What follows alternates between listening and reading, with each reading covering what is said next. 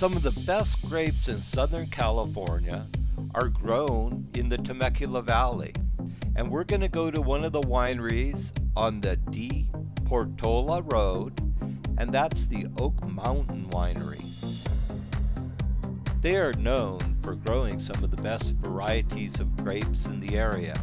They also do special events like winery weddings, corporate parties, cooking classes, and today we're going to go to a special blending class. Hi, I'm Valerie from Oak Mountain Winery. Tonight we're having our Valentine's Day blending party. So everybody is doing their own private blends of wine. You can see they're enjoying it already. And when they're done, we're going to bottle them and they can take them home with them for a commemorative event at Oak Mountain. Basically, that's kind of the beginning of what you want to do. Sometimes you may have a wine that the color isn't what you want. Well, then you can add another wine that has a little more color into it, just maybe lift the color up a little bit and help the appearance of the wine. What we have tonight for you is 3 different wines, which are pretty much a common Bordeaux blend. We've got Cabernet Sauvignon, Cabernet Franc, and Merlot. Real easy to work with. Each wine is going to have its own distinctive character. Just looking across the table at the clear bottles, I can see, one's a lot darker than the rest of the wines, one's a little lighter than the rest of the wines. So you can play with the color, you can see how that's going to work. Sometimes this one you may say, oh, this one's a little too tannic, but this one's kind of soft. Well, then you blend the two together and then you come up with a wine that fits your palate as to where you want it to be as far as tannic or soft. That's the whole idea of blending wines. We're trying to make, you take something that may need a little correcting and then you use another wine to do it. Because all wines are different. We've done really expanded wine tasting classes where I give you all the chemistry of the wines and then you can look at all the different acid levels, alcohol levels, and I mean, if a wine is, there again, if you have one wine that came out a little bit too high in alcohol, as a winemaker, then I would blend in a wine that's lower in alcohol to try to even them out to get the wine where you want it.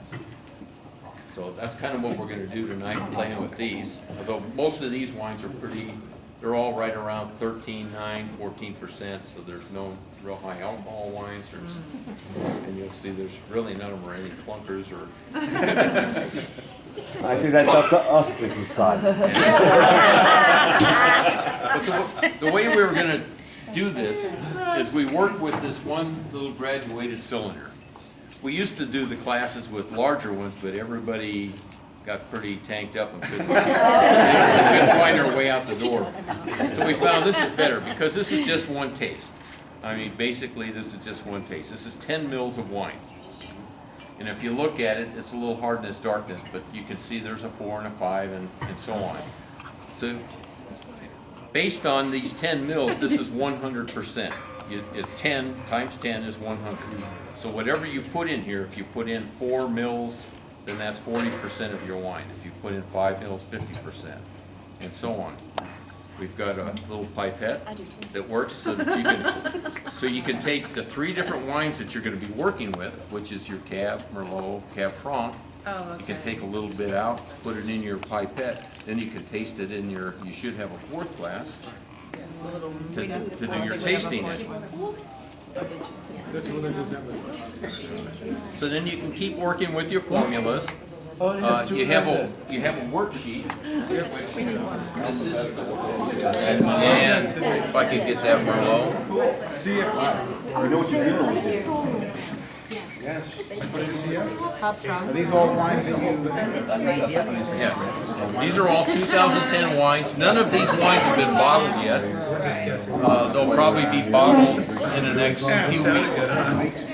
Okay, what you want to do is check each wine, smell it, taste it, look at the clarity, look at the color. You'll want to take notes on those wines for yourself. So then you can rate each wine, kind of pick out the characteristics of that wine. What do you like about each one of the wines? Does this one have a little bit too much oak? This one's maybe fruitier. Then you use all that information that you gather by tasting the wine to determine what you want to do in your blend. Wayne, you notice we don't pour that much. And then when you get ready to do your blend, you can just take your pipette and then you put in the amount that you want to start off with. Gotta work here. Once you get your blend, you pour that in the glass, you taste it. If you like it, it's one taste. You can smell it, taste it. If you like it, that's cool. But then you can keep working on it. Yeah, what person? Zach Hasmar. I'm the executive sous chef with Temecula Catering. Tonight we're doing an event for about 30 people. It's a day after Valentine's Day event. It's a wine blending. We're also doing a few courses this evening. So we started off with a little amuse-bouche that had a little pesto and oven-dried tomato terrine. And then we were moving on to our ahi tuna. If you want to, maybe if you could see over here, grab one. So this is our compressed watermelon with ahi tuna, tempura fried nori, and black caviar. The ahi tuna has a little sweet Thai chili and sesame vinaigrette drizzled over the top. Alrighty, so then we'll be moving on to the next course, the iceberg wedge salad. That one's comprised of the iceberg lettuce, grape tomatoes, artichoke hearts, and little blue cheese crumbles over the top with a homemade blue cheese dressing. Finally, we'll be doing a sous vide New York steak for the entree, roasted heirloom baby carrots, and a potato palm puree. And moving into a chocolate lava cake and chocolate covered strawberries for dessert. So thank you very much. Give us a call anytime you need an event done.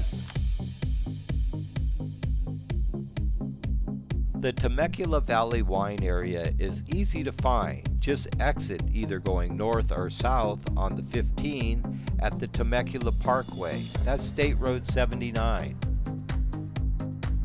Follow the road eastbound till you get to Anza Road, and there you're going to make a left-hand turn or be heading north. Head on Anza Road till you see a stop sign, and that's De Portola Road. There you're going to make a right-hand turn and you're going to be headed eastbound. And this is where you're going to find all the wineries on this road.